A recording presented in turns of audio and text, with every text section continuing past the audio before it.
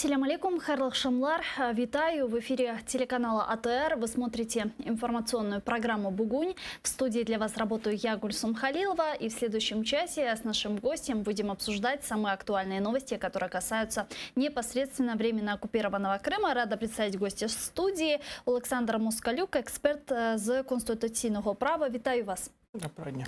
Добрый день. Давайте нашу беседу начнем с актуальной такой новостью. Вы знаете, министр иностранных дел Арсен Аваков сорвался на депутатку «Голоса» Инну Совсун, которая попросила министра публично извиниться перед родителями пятилетнего Кирилла Тлявова, за убийство которого осудили полицейских. Давайте послушаем. Я не буду робити те, що ви хочете, я буду робити те, що повинен робити. І те, що повинен робити, я зроблю. Ви сказали неправду, коли сказали, що люди, які вбили п'ятирічного Тлявова, на свободі. Це не так. Один із них – це бивший співробітник міліції. Зараз знаходиться затриманий, знаходиться в тюрмі. Двоє відпущені судом під відповідні обов'язки 2 місяці тому, якщо я не помиляюсь. Один неповнолітній також має міру пресечення. Сьогодні, вчора були роковини смерті мальчика. І поліція разом з тою сім'єю завжди, в тому числі і вчора там був поліцейський. Тому не треба спекулювати, пані Совсун, не треба. Не треба підігравати політичними дивідендами на трагедії. Я вам це раджу. Да. І не вам мене повчати, як кажуть, родину любити. Да. Я патріот до мозга костей і буду працювати на державу, а не на політичні інтереси деяких політичних партій. Ну вот министр внутренних дел Арсен Аваков пришел в сессионный зал Верховной Рады с отчетом о работе Министерства внутренних дел. И стоит отметить, что под парламентом собрались активисты с требованиями отставки Авакова. Это уже не первая акция, не первый пикет активистов с требованием отставки Авакова. Вот учитывая огромное количество резонансных дел, да, которые не завершены, вот учитывая некоторые резонансные дела, в которых проходят подозреваемые, тоже довольно сомнительные. Речь идет даже о деле Павла Шеремета, журналиста. Вот насколько можно оценивать фигуру Арсена Авакова как хорошего министра МВФ? Ну, вы знаете, тут такой сложный достаточно вопрос, потому что, безусловно, есть вопросы к нему, но есть и нюансы, связанные с тем, что Украина находится в достаточно сложном положении с точки зрения защиты национальных интересов, национальной безопасности. И в этом случае Аваков в какой-то степени является таким, скажем так, звеном связующим в контексте обеспечения этой национальной безопасности, безусловно. Но при этом надо не забывать еще один важный момент, связанный с тем, что те вопросы, которые к нему возникают, надо четко все-таки разграничивать, какие вопросы действительно были теми, которые можно задать, и за которые он отвечает, и те вопросы отдельно, которые связаны с тем, что уже есть криминальное производство, и, соответственно, вопрос в том, почему, допустим, суд не принимает решение своевременно. И отдельно это вопрос государственного обвинения по этим делам, то есть это вопрос к прокуратуре. Первый момент. Второй момент, у меня громадные вопросы к, в принципе, позиции «Голоса». По одной простой причине. Ну, наверное, что люди, которые представляют эту политическую силу, они читали закон про Кабинет министра Украины. По крайней мере, мне хочется так думать. В законе про Кабинет министра Украины там четко сказано. Основания для отставки как раз министра. То есть это может быть либо его заявление, либо на основании инициативы премьер-министра. Но никак по инициативе именно самих парламентариев. И тут они могут собрать хоть 150 подписей, хоть 200, хоть 400 подписей, но это не будет иметь никакого юридического значения. Да, на сегодняшний день существует в Верховном Совете законопроект, который предусматривает возможность ответственности персональной министра по инициативе непосредственно самих депутатов. То есть так называемый проект закона о интерпелляции. Но пока это только проект закона. Пока такого нет. Поэтому почему депутаты «Голоса» сейчас именно таким образом действуют, хотя они должны знать то, что это не может иметь каких-то юридических последствий, для меня остается достаточно большим вопросом. Народный депутат Украины из фракции «Слуга народа» Александр Качура сказал, что большинство слуг народа против того, чтобы увольнять Арсена Авакова в случае, если это будет внесено со стороны премьер-министра Украины в Верховную Раду Украины. Да? И против они как раз-таки из-за того, что нет сегодня подходящей кандидатуры на эту должность. Действительно ли у нас в стране сейчас такой серьезный кадровый голод? Вы знаете, что касается кадрового голода и сейчас в стране или не сейчас. Я смотрел статистику по предыдущему парламенту, и вы знаете, ситуация была ужасная в каком плане? У нас достаточно много глав комитетов, людей, заместителей глав комитетов, это были люди, которые не имели либо профильного образования по вопросам деятельности комитета, либо юридического образования. То есть каким образом они становились главами комитетов в Верховном Совете, это открытый вопрос остается. Если не ошибаюсь, такая ситуация была в 13 комитетах. Это очень много. Что касается кадрового голода, в какой-то степени он есть, но опять же, эта проблема не новая. То, что Аваков это своего рода Талейран украинской политики, это так и есть. Что имеется в виду Талейран? Да? То есть, если так вспомнить историю, да, человек, которому удавалось начать свою карьеру еще при монархической Франции, продолжать ее потом при уже революционной Франции, потом при директории, потом при Наполеоне, и потом снова, когда произошла реставрация монархии Франции. То есть при самых разных общественно-политических строях ему удавалось это делать, удавалось в силу каких обстоятельств? Во-первых, это чутье политическое, безусловно, политическая хитрость, это тоже безусловно. Но и еще такой фактор, как то, что даже про это сам Наполеон вспоминал, он не мог найти ему замены. Я думаю, что ситуация очень похожая. То есть, безусловно, у Авакова есть это чутье, или украинским языком чуйка, да, политичная чуйка. И есть, конечно, этот фактор, то, что определенный страх перед тем, кто будет вместо него. Поэтому, кстати, есть такой институт в зарубежных странах, это называется он конструктивный вод. Я как сторонник того, чтобы этот институт также и в Украине тоже он был введен. Этот институт предусматривает, что если вы хотите уволить, допустим, какого-либо министра, то одновременно с увольнением одновременно идет голосование, этим же голосованием за назначение кого-то другого. То есть, мне кажется, это было бы тогда правильно, потому что, возможно, есть такие кандидатуры. То есть, я бы не стал бы так говорить, что все там на Авакове можно говорить про то, что будет катастрофа.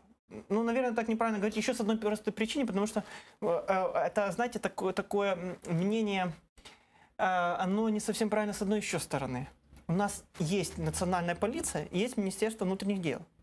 И есть глава национальной полиции. То есть, даже если, там, условно говоря, сейчас увольняют Авакова, то потом все равно это не означает, что вся система рушится, потому что глава национальной полиции, он остается. Более того, Аваков в случае своего увольнения, у него же есть его заместители, которые там, будут исполнять, соответственно, полномочия главы МВС до назначения нового главы.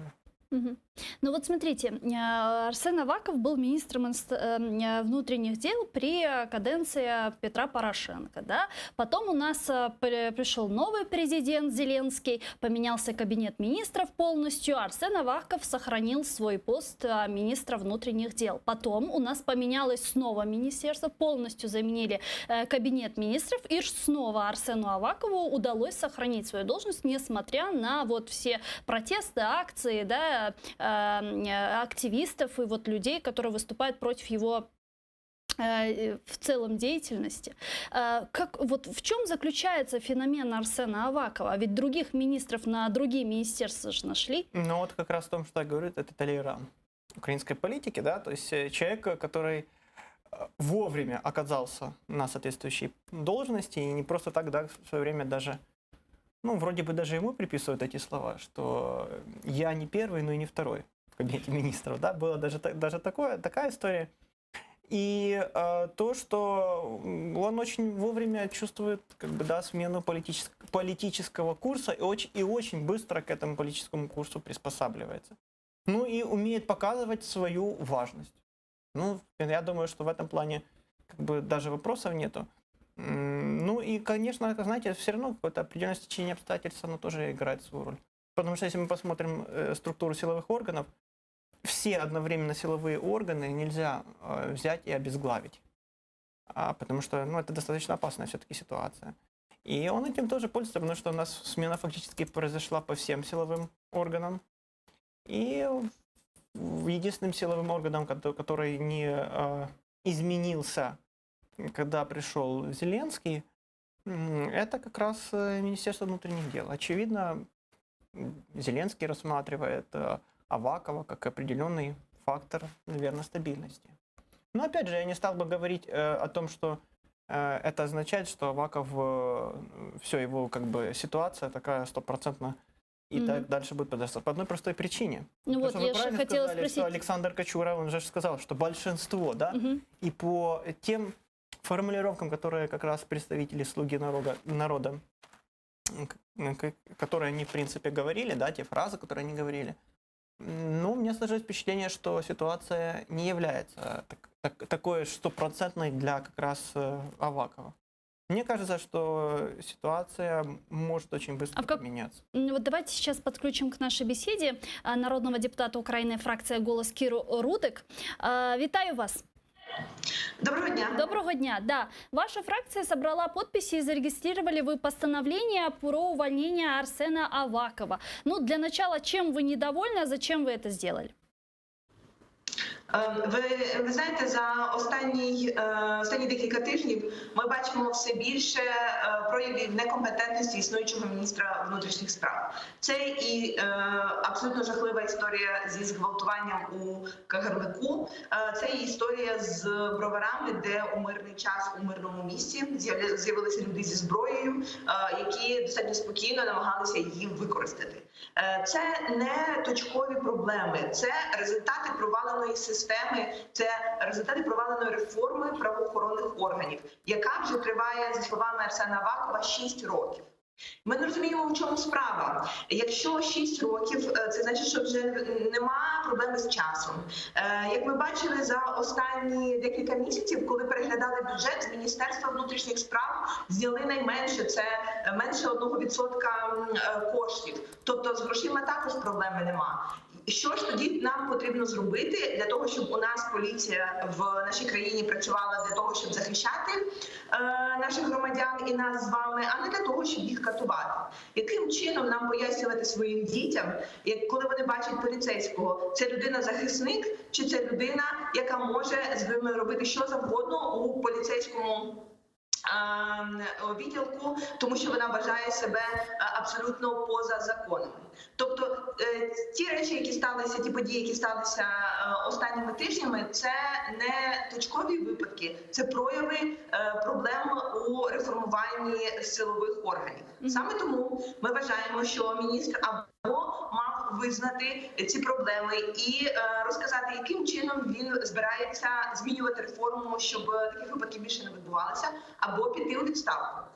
Ми не почули пояснень від міністра, які проблеми він бачить.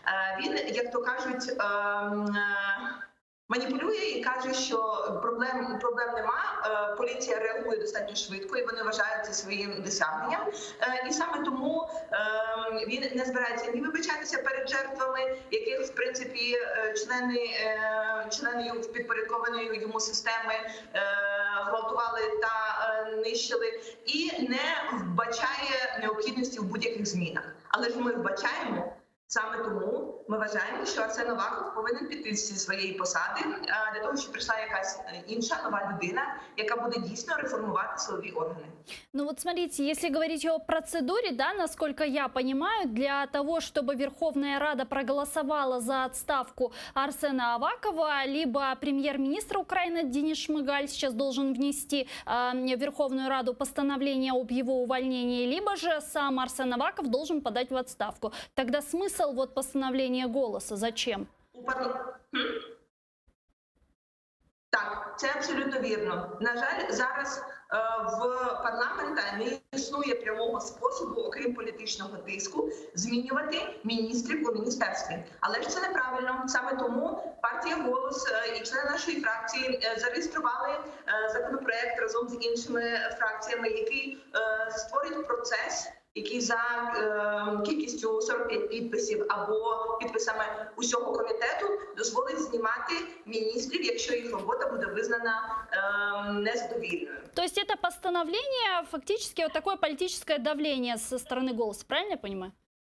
Так, звичайно, не тільки. Тобто ця постанова, вона має розглянутися в залі. Вона має показати, яка кількість депутатів насправді підтримує позицію, що правоохоронні органи повинні реформуватися.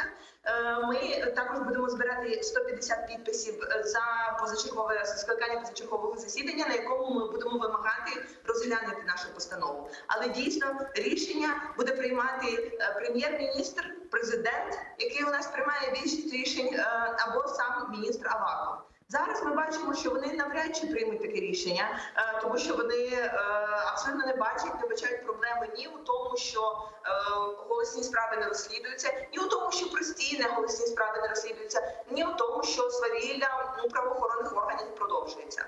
Угу. Ну вот у вас тоже хотела спросить про феномен Арсена Авакова. Вот как ему удается сохранять должность министра иностранных дел, несмотря на то, что уже и президенты поменялись, и даже кабинет министров поменялся. Вот в чем заключается этот феномен? Знаєте, в цьому ж є проблема, що наша силова система, вона є системою, яка вибудована дуже чітко, щоб людина, яка стоїть на її чолі, могла виконувати завдання президента. І для кожного президента це є великою спокусою мати людину, яка буде контролювати, по суті, всі силові структури в Україні, які будуть йому підкорюватися і будуть допомагати йому тримати владу. Саме тому людина, яка може забезпечити це, Арсен Аваков, як ми бачимо, вже протягом 6 років забезпечує виконання таких наказів, то він і залишається при владі. Якби ціль у наших президентів була у тому, щоб мати дійсно незалежні правоохоронні органи, які будуть захищати не президента, не депутатів, не кабінет міністрів, не місцеву владу, а людей, вони б зняли Арсена Авакова давно, тому що система зараз працює на те, щоб допомагати і слугувати тими, в кого є зараз влада. Угу. Ну вот почему тогда, как вы думаете, когда назначали кабинет министров Украины, голосовали в целом за состав Кабмина, а не отдельно за каждого министра?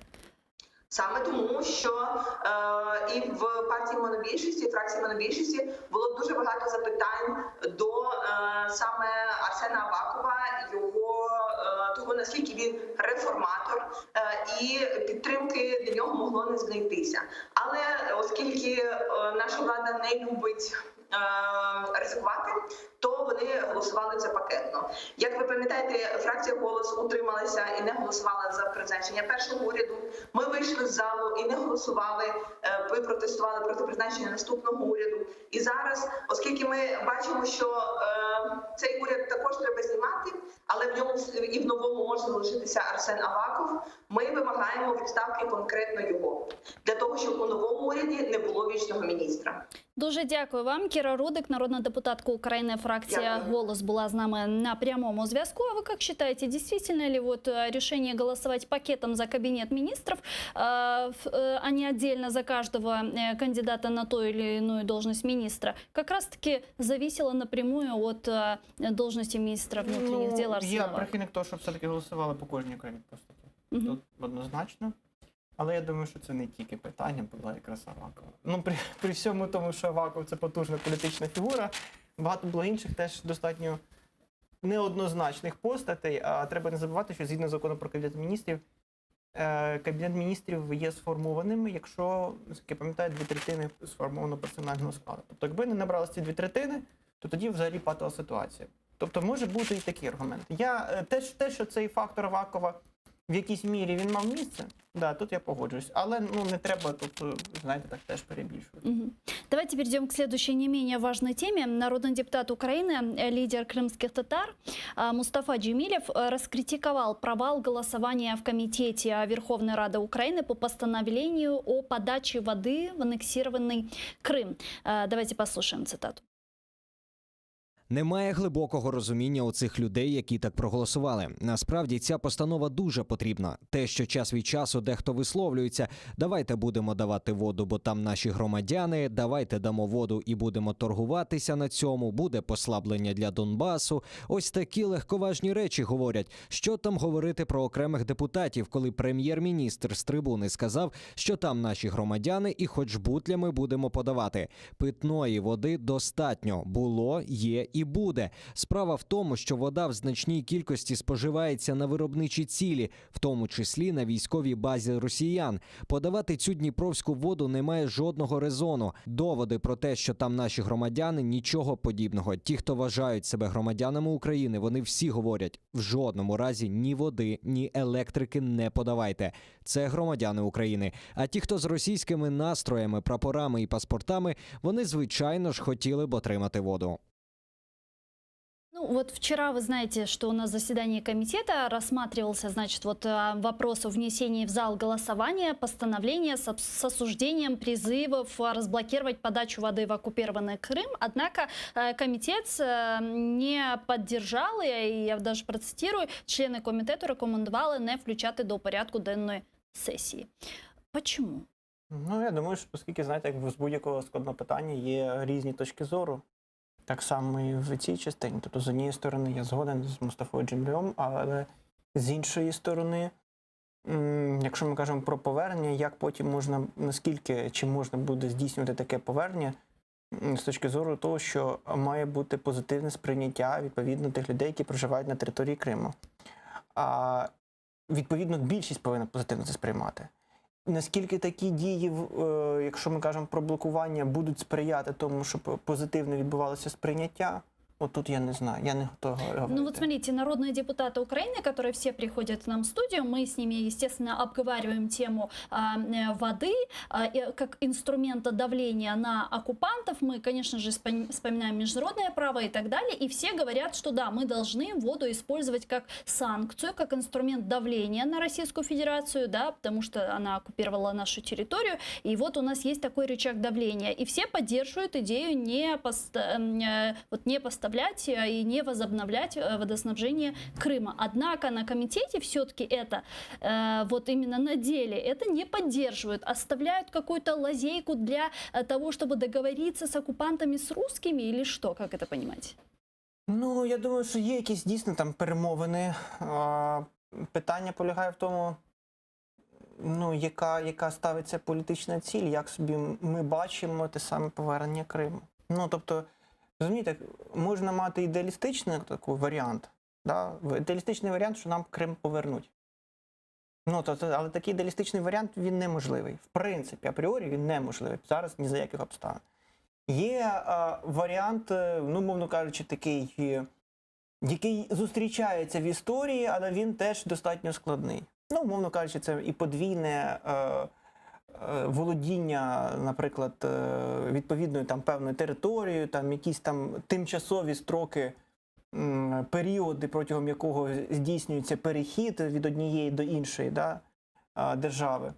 Вони є такі, там, наприклад, були території після Другої світової війни, якраз спірні між Францією і Німеччиною, ну, але врешті-решт були повернуті Німеччині, да. Ну і третій варіант це тільки військовий, да. От є три варіанти. Перший варіант, в принципі, уявити собі, за яких обставин Росія може просто взяти і повернути, неможливо з однієї простої причини. Тому що це єдине, що на сьогоднішній день Путін хоч якось може пред'явити російському суспільству з точки зору якихось там плюсів, які нині існують, зважаючи на ту ситуацію, яка має місце в Росії. Другий варіант теж він дуже складний насправді. Ну, можна десь передбачити, що він може бути реалізований, але теж він зараз він точно не буде реалізований. Тому що так само, ну, це буде суперечити фактично всьому тому, що вчинялося Росією в 2014-2015 році. Тому, звичайно, тут якби, да, є оця ось проблема. І є різні бачення цієї проблеми. Я не можу сказати, що ну, така от однозначна позиція. Моє особисте бачення, от моє особисте персональне бачення, що все-таки, мабуть, цю воду дійсно її не треба постачати. Тому що, наскільки мені відомо, з точки зору, в тому числі, персонального спілкування з тими людьми, які проживають на території Криму, то проблем з водою з точки зору побутової води, ну, немає такої. Мгм. Якою логікою керуються, чому цією логікою керуються в комітеті на сьогоднішній день, ну, мені от достатньо складно сказати. Я думаю, що от вона десь криється в тих аргументах, про які я говорив, ну, але вони теж насправді не є такими, от, знаєте, 100%. Мгм.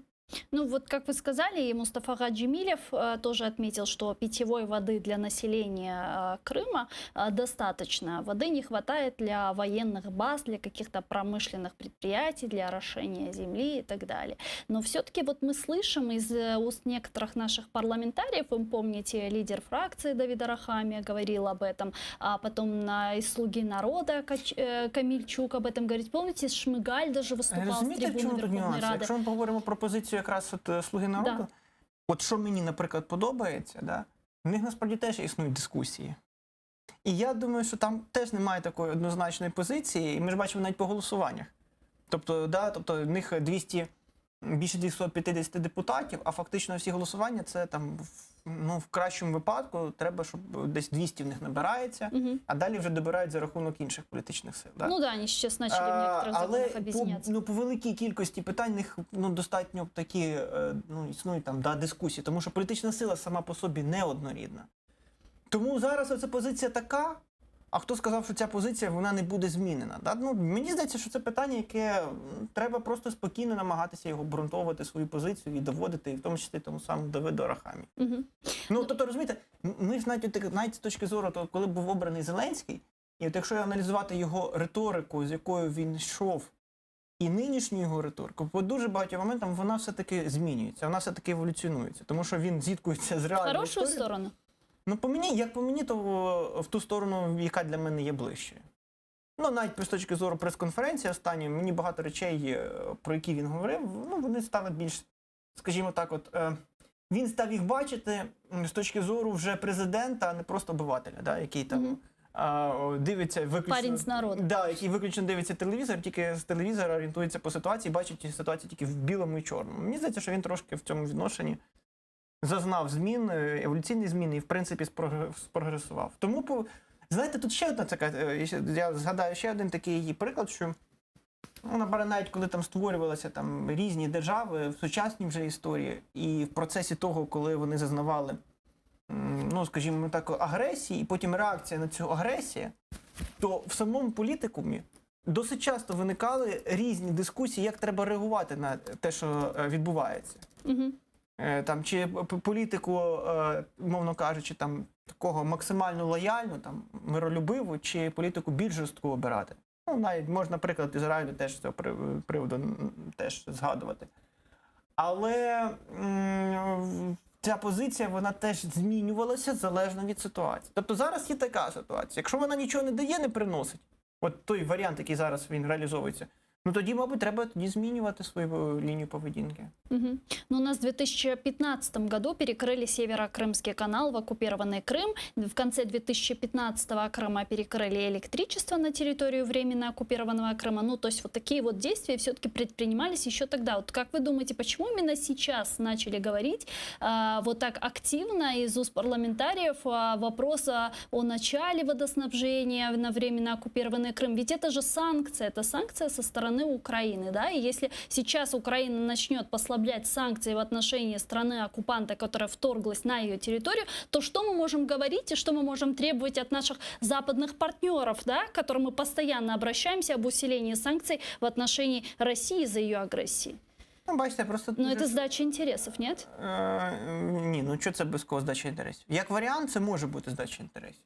А може бачення зовсім інше в тому аспекті, що це якраз змінить на краще ситуацію. Ну, тобто, я ж кажу ще раз, якби з моєї точки зору, оцей варіант, який зараз обраний, він неправильний. Але сказати, що це вже відіграна історія, не можна. Угу. Тобто, по низці питань позиція цієї політичної сили, вона змінюється. Причому змінюється достатньо часто. В эфире «Прайма» Муждабаев, народный депутат Украины, Дмитрий Лубенец выразил надежду, что у многих депутатов монобольшинство появляется осознание важности деоккупации Крыма и неразрывности вопросов аннексированного полуострова и востока Украины. Давайте послушаем его прямую речь. Когда мы говорим про Донбасс, мы — это украинская власть, это равно Крым. Когда мы говорим про Крым, это равно Донбасс. Это одна и та же проблема, один и тот же агрессор. И санкции должны быть сняты не после окончания боевых действий и освобождения территории Донецкой и Луганской области, а после того, как они вернут и Крым. Вот это очень важный юридический момент, который постоянно, ну знаете, опять же, делая такой посыл, Украина поведется, что только на Донбасс и разменяет там за Крым. Это цель русских просто. Это их Да, цель, так и есть. И, к сожалению, у нас многие политики, то, с чем мы столкнулись сразу, вот после прихода к власти нынешней власти, назовем это так, в парламенте, это монокоалиция, многие народные депутаты, они все первый раз в парламенте, не понимая вот где-то вот этой тонкой политической грани. международной игры. Да, даже и игры так, Российской Федерации, они, мягко говоря, на нее велись где-то. Надо отдать должное, что очень много народных депутатов от «Слуги народа» где-то начинают разбираться, где-то напрямую понимают, что действительно не все так однозначно, поэтому я больше настроен оптимистически, чем знаете, такой скептиз.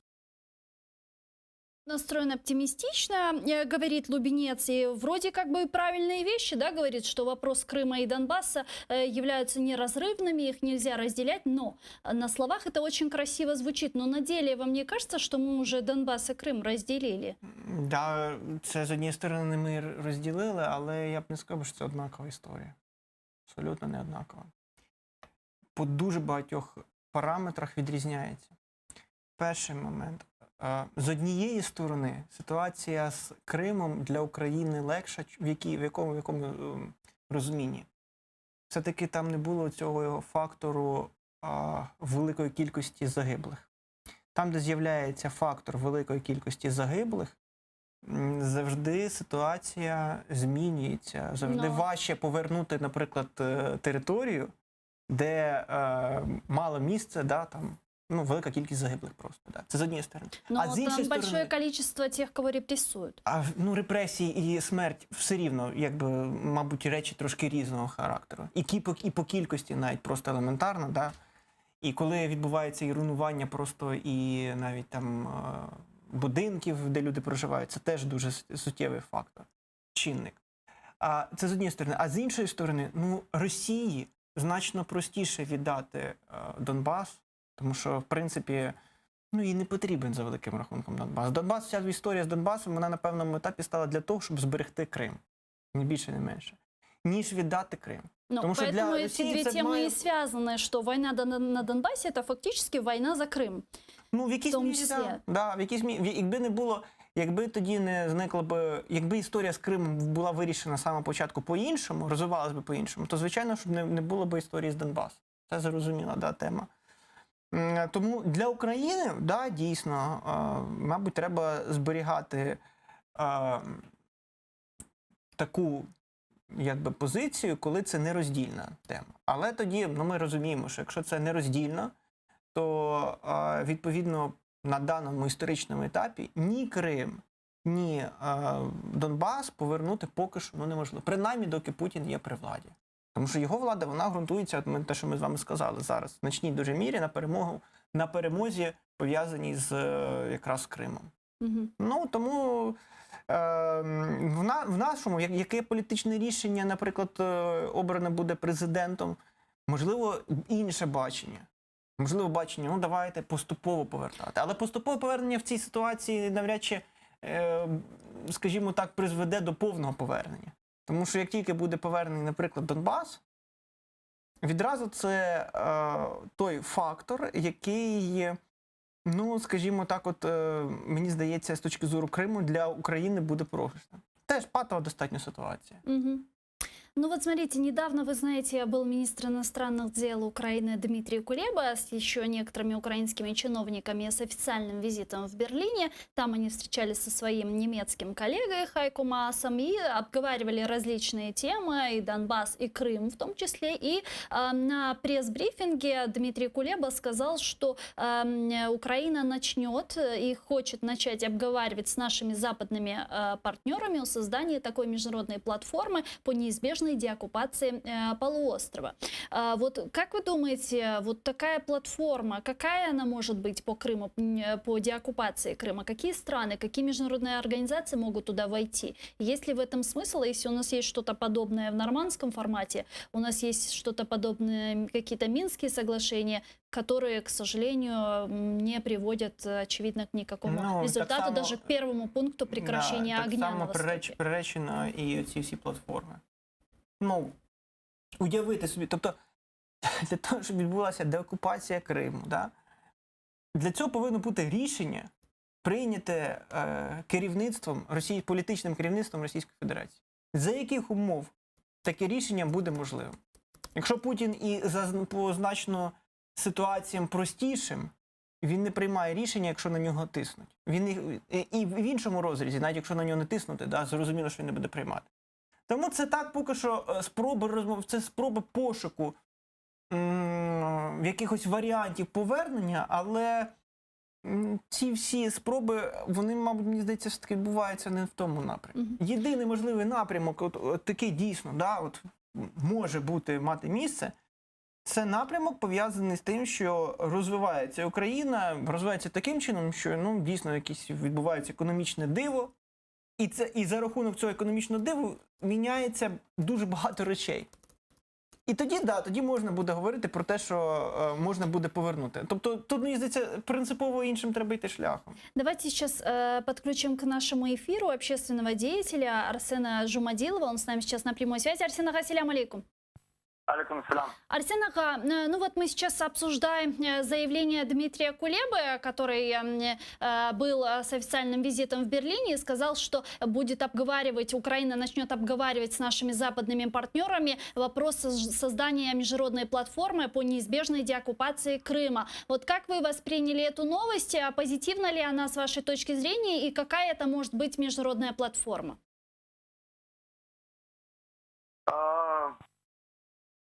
Щодо цієї міжнародної платформи, то, звісно, вона має бути за участі, напевно, широкої коаліції міжнародних партнерів України.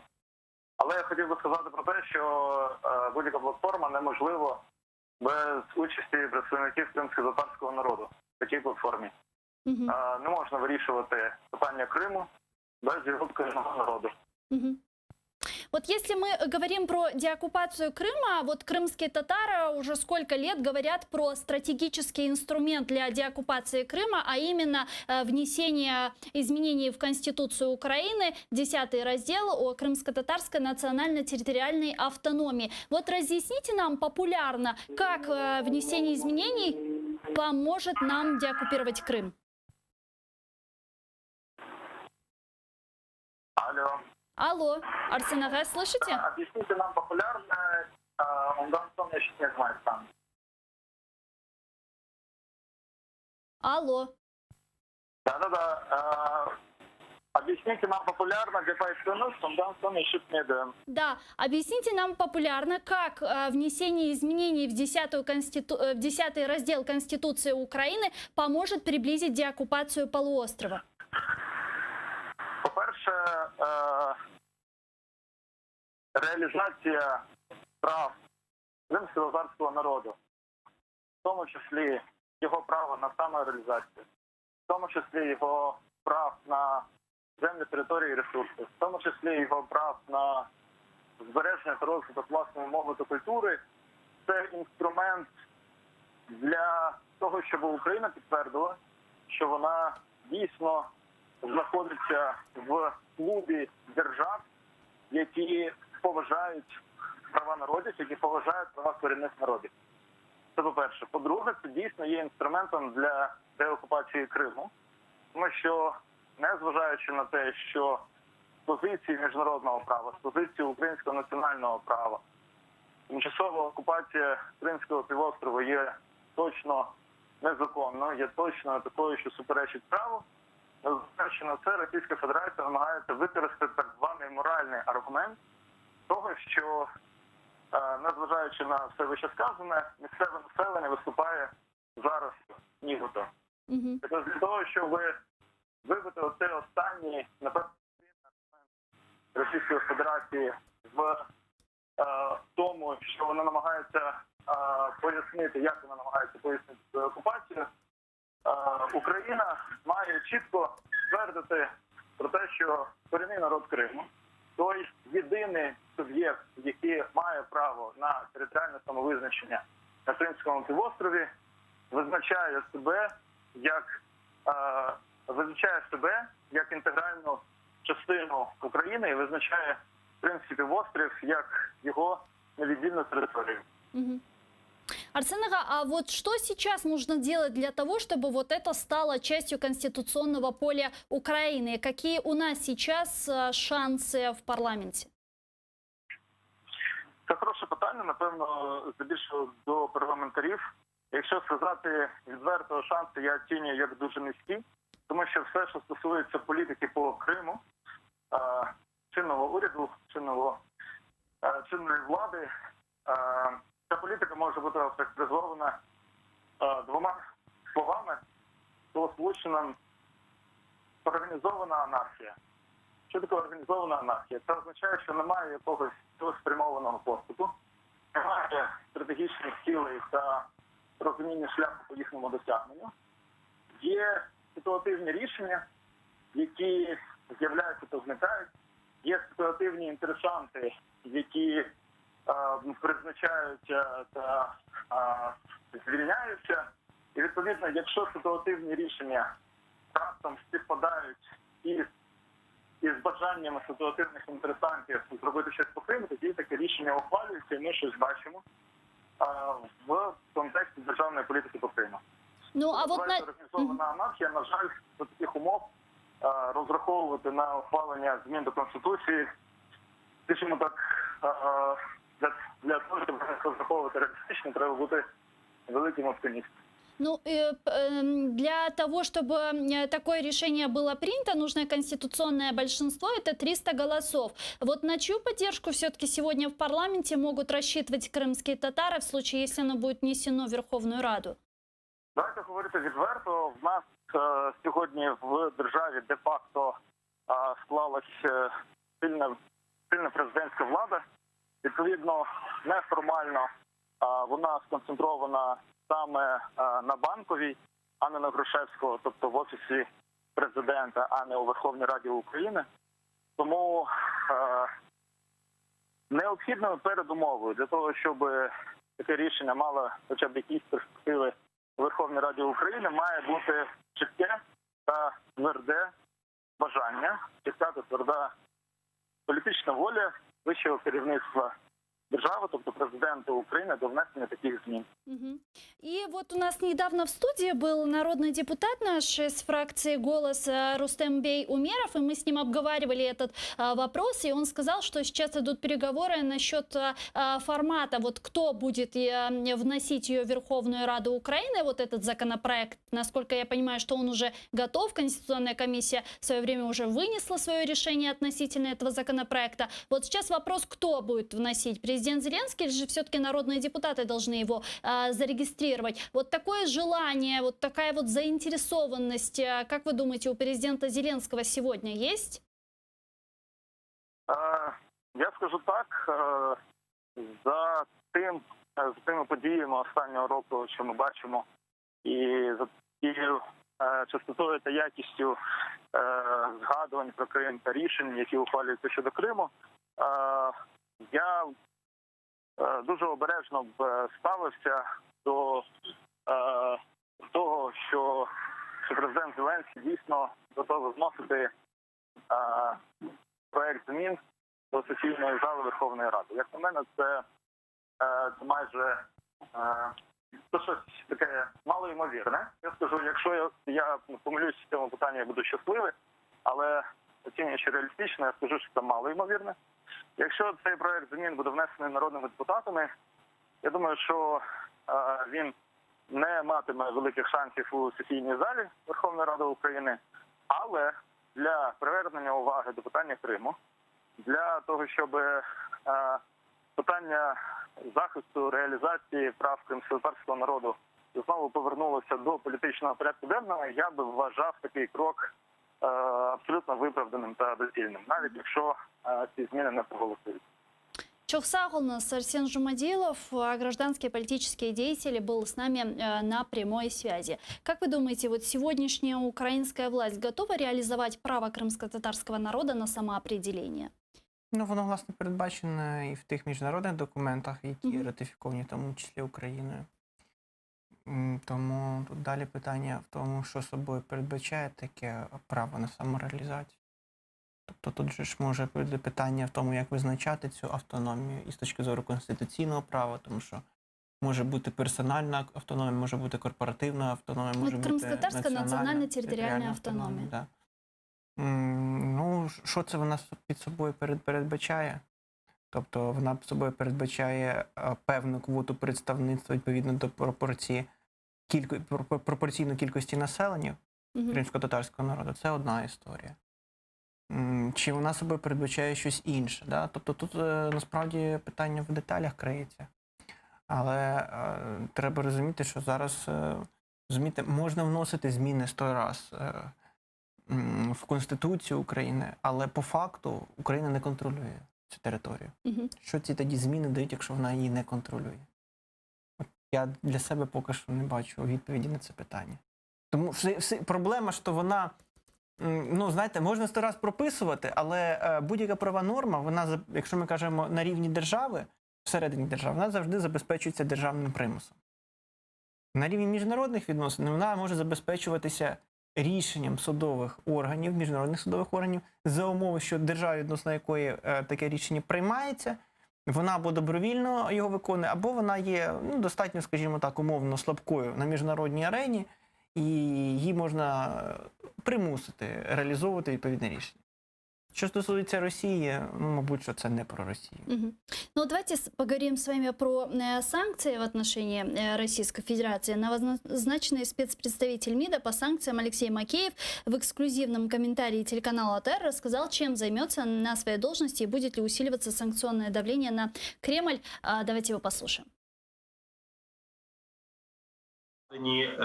Європейським Союзом, державами Групи Семи і Україною на Російську Федерацію, вони мають вплив. І Російська Федерація від цього страждає її економіка, і оточення кремлівського керівництва також страждає. Нам би, звичайно, хотілося, щоб ці санкції посилювалися, тому що, на жаль, вони не змогли виконати свою основну функцію, зробити так, щоб Російська Федерація припинила свою агресію проти України, щоб вона припинила утиски громадян України на окупованих територіях Криму та Донбасу, і щоб вона забралася геть з України. Але ці санкції на сьогодні діють, вони триватимуть. Ми сподіваємося і працюємо над тим, щоб вони були посилені. Наша задача є збільшити ту ціну, яку платить Росія за свої ганебні дії и за свою збройную агрессию против Украины. Ну вот это то, о чем мы с вами говорили, да, вот что делается в направлении деоккупации своих территорий, освобождения их от от России. И со многими же политиками мы разговариваем, и они говорят, что один из таких инструментов давления на Россию, один из путей деоккупации территорий – это санкционное давление. Международное санкционное давление на Россию, внутреннее санкционное давление на Российскую Федерацию. Вот насколько вот это эффективно, по-вашему? Если военным путем идти мы не можем, да? Остается дипломатическое-политическое давление. Ну, скажімо так, я думаю, що санкції треба продовжувати для того, щоб в перспективі все-таки це міг бути фактором. На сьогоднішній день це не фактор. Ну, тому що уявити зараз ситуацію, щоб Росія визнала фактично, це що ж означає для Росії? Це означає, що фактично всі ці 5 років більше вже 5 років, вже 6 років, да, здійснювалася неправильна політика. Тобто, фактично, це таке собі політичне самогубство для політичної еліти Російської Федерації. Тому ця політична еліта, вона точно не піде таким чином. Чи піде нова політична еліта? Це залежить від суспільної думки теж в Росії. Чи помінялося, і треба дивитися, а хто альтернатива в російській, чи є в Російській Федерації на сьогоднішній день сили, які є опозиційні, і які мають все-таки певну підтримку достатню на території Російської Федерації суспільства, хоча б незначну навіть підтримку, да? І при цьому їхнє відношення до історії з Кримом таке, що це є окупація, значить, треба якось переглядати це. Давайте сейчас подключим к нашей беседе Леонида Ємця, народного депутата України 7-8 созывов. Вітаю вас. Доброго дня. Доброго дня. Как вы считаете, какие санкции могут вот так эффективно повлиять на экономику Российской Федерации, в результате чего она могла бы уйти с территории Украины? Ну, власне, санкції економічні. На сьогодні Росія вже за підрахунками втратила близько 360 мільярдів доларів. Це величезні гроші. Навіть для Росії з її ресурсами, з нафтою, газом, це дуже значні трати. А те, що зараз відбувається з світовою економікою, насправді лише поглиблює ефект санкцій, які діють проти Росії.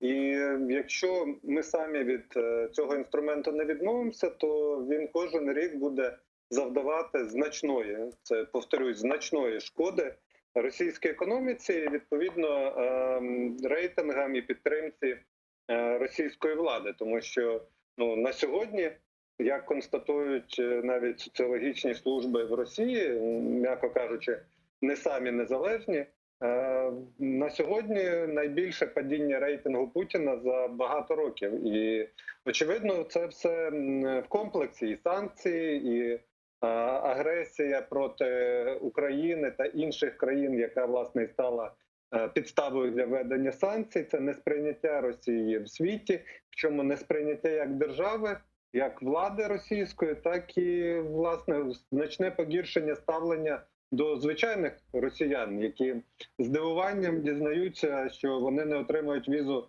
в Сполучені Штати, тому що не вказали відвідування іноземної держави України, коли з'їздили в Крим. От вони ж думають, що Крим – це Росія, а виявляється, ні, весь світ абсолютно впевнений, що Крим – це Україна. І росіяни, вибачте, не дипломатичний термін, але вигрібають за дії власної влади постійно. Ну, а какие, по-вашему, сегодня Украина внутренние санкции может использовать в отношении Российской Федерации? Вот что бы мы могли вводить, но не ввели? Слухайте, насправді Україна в питанні санкцій, вона не є тим, хто генерує об'єм санкцій. Але Україна генерує сам факт санкцій. І тому ми маємо продовжувати співпрацю з нашими міжнародними партнерами в частині того, що, очевидно, тих санкцій, які є на сьогодні, замало. Бо Росія до сих пір анексує Крим і знаходиться на окупованих територіях Донбасу, тому санкції, відповідно, треба поглиблювати, допоки Росія не відмовиться від своєї стратегії. От добровільно вони цього ніколи не зроблять. Абсолютно правильно прозвучало в вашій студії, що це шалений удар по рейтингам. Тому коли Росія поверне назад Крим, це відбудеться лише тоді, коли в них не буде іншого варіанту в принципі. Вони будуть тримати Крим до останнього, але Росія, вона не вічна. І Радянський Союз, який свого часу теж виглядав абсолютно непорушним монолітом, був знищений, власне, внутрішніми процесами. Тому я погоджуюсь з думкою голови РНБО Данілова про те, що Росія, можливо, ми побачимо незабаром її самознищення. І санкції тут частина цього процесу, без сумніву. Вот в Конгрессе США представили двухпартийный законопроект против строительства Северного потока-2. Блумберг со ссылкой на проект плана, который есть у агентства, рассказал, кого коснутся новые вот эти санкции. Не отключайтесь, пожалуйста, давайте послушаем. Санкції, які США до цього ввели відносно Північного потоку-2, будуть поширені на всю діяльність, що стосується прокладки труб і страхування. Обмежувальні заходи планується поширити на підприємства, які надають послуги андеррайтингу, страхуванню або перестрахуванню для суден, що працюють на трубопроводі. Крім того, санкції хочуть ввести проти компаній, які надають послуги з дооснащенням або дообладнання судів-трубоукладачів Nord Stream 2, а також проти судів, які будуть працювати в тандемі з трубоукладачем. За даними джерел Bloomberg, здатне добудувати газопровід судно «Академік Черський» має працювати в зв'язці з трубоукладальною баржею «Фортуна», щоб завершити будівництво Північного потоку-2. Автори законопроекту – сенатор-республіканець Тед Круз і сенатор від Демократичної партії Джейн Шейхін. За словами Круза, газопровід являє критичну загрозу національній безпеці Америки і не повинен бути завершений. Він додав, що будь-який, хто задіяний в будівництві Північного потоку-2, зіткнеться з серйозними і негайними американськими санкціями. В случае, если вот эти санкции в отношении Северного потока-2 будут введены, можно ли сказать, что они делают фактически невозможным завершение строительства Северного потока? God bless America, що я можу сказати? Ну, так, це шалений удар по цьому газопроводу. Ну, лише самогубці погодяться потім брати участь в його будівництві. Тобто, ну, ми маємо констатувати, якщо цей законопроект стане законом, то лише Росія самотужки має добудувати цей Північний потік-2, а, чесно кажучи, експерти кажуть, що ну, гонору, можливо, в росіян небагато, от з технічними якостями їх техніки там все не так добре. Тому очевидно, що це буде сильний удар, а головне, що це законопроект спільний і демократів, і республіканців, і, ну, вибачте, ті ідіоти, я не знаю, як їх ще назвати, в українській владі, які намагаються загнати Україну в виборчий процес Сполучених Штатів і призвести до того, щоб ми, як держава, продемонстрували підтримку однієї з політичних сил Сполучених Штатів, ну, вони чи розуміють цього, чи не розуміють, чи, можливо, навіть діють в інтересах країни-агресора Росії, але вони можуть нанести дуже серйозні шкоди Україні. Тому ми маємо мати в союзниках всі Сполучені Штати, і демократів, і республіканців. І ви бачите, як співпадають наші з ними інтереси. Зрозуміло?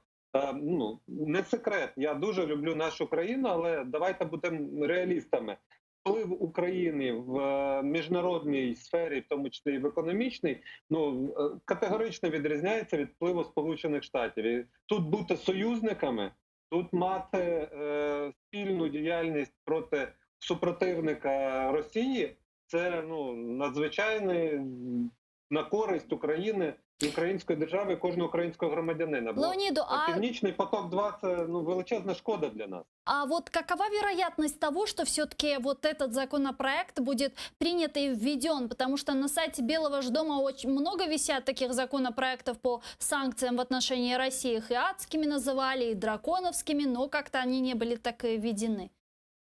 Ну, це залежить від багатьох факторів. З точки зору економічної викладки інтересів Сполучених Штатів від зупинки будівництва Північного потоку-2, ну, вона очевидна, як ви бачите, для обох провідних політичних сил Сполучених Штатів. І, в принципі, якщо тут не буде якоїсь жорсткої позиції того ж Трампа, то я бачу непогані перспективи для того, щоб найближчим же часом цей законопроект перейшов в стадію закону. Чи захоче Трамп, чи має він в принципі таке бажання, і чи захоче він його проявити в вигляді підтримки Росії Північного потоку-2 всупереч інтересам Сполучених Штатів? Ну, я впевнений, що ні. Трамп може висловлювати публічну якусь підтримку Росії і Путіну, але коли треба, то 50 томагавків вилітають і просто в труху нищать російські спецпідрозділи, яких там десь немає. Тому ну, слово у Трампа воно завжди красиво. От, діло в нього завжди на інтерес Сполучених Штатів. І Північний поток-2 він точно всупереч інтересам Сполучених Штатів. На нашу користь, насправді. Дуже дякую вам. Леонид Ємець, народний депутат України 7 та 8 скликань, був з нами на прямому зв'язку. Чохсагл нас дуже дякую. Александр, а вот вы как считаете, вот эти санкции США в отношении Северного потока, в случае, если они будут введены, насколько делают невозможным завершение строительства Северного потока? Если я не ошибаюсь, уже его на 90 или на 95%, как говорят эксперты, почти уже построили. Да, я думаю, що швидше за все вони можуть просто заповільнити. Угу. А фактор часу він завжди має значення.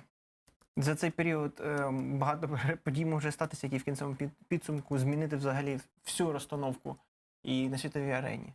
Ну, от знаєте, от мене там в минулому році теж, коли запитували про вибори в Сполучених Штатах Америки, я сказав, що це приблизно те саме, як сказати, хто стане чемпіоном Європи з футболу в 2020 році. Потім виявилося, бачите, по факту, що чемпіонат Європи з футболу в 2020 році не відбудеться. Так само і тут. Якщо ти не можеш поки вплинути реально на ситуацію, то принаймні треба заповільнити ті процеси, які відбуваються. Тому що дійсно для російської економіки, попри те, що вона реально є потужною, ситуація не виглядає кращим чином. Всередині, те, що я зараз спостерігаю, існують серйозні проблеми і внутрішнього порядку денного, формування. Але тут для мене на сьогоднішній день ключове питання, що попри кризу російського суспільства, російської влади, питання Криму зараз не розглядається в розрізі можливого повернення чи якось можливої зміни риторики навіть. От тут якби головний нюанс, який існує нині. Дуже дякую вам. Олександр Москалюк, експерт з конституційного права, був гостем нашої студії. Дякую. Мы не прощаемся, перерываемся буквально на 10 минут. Эфир телеканала АТР продолжают новости «Заман». Смотрите, не переключайтесь, скоро кончим.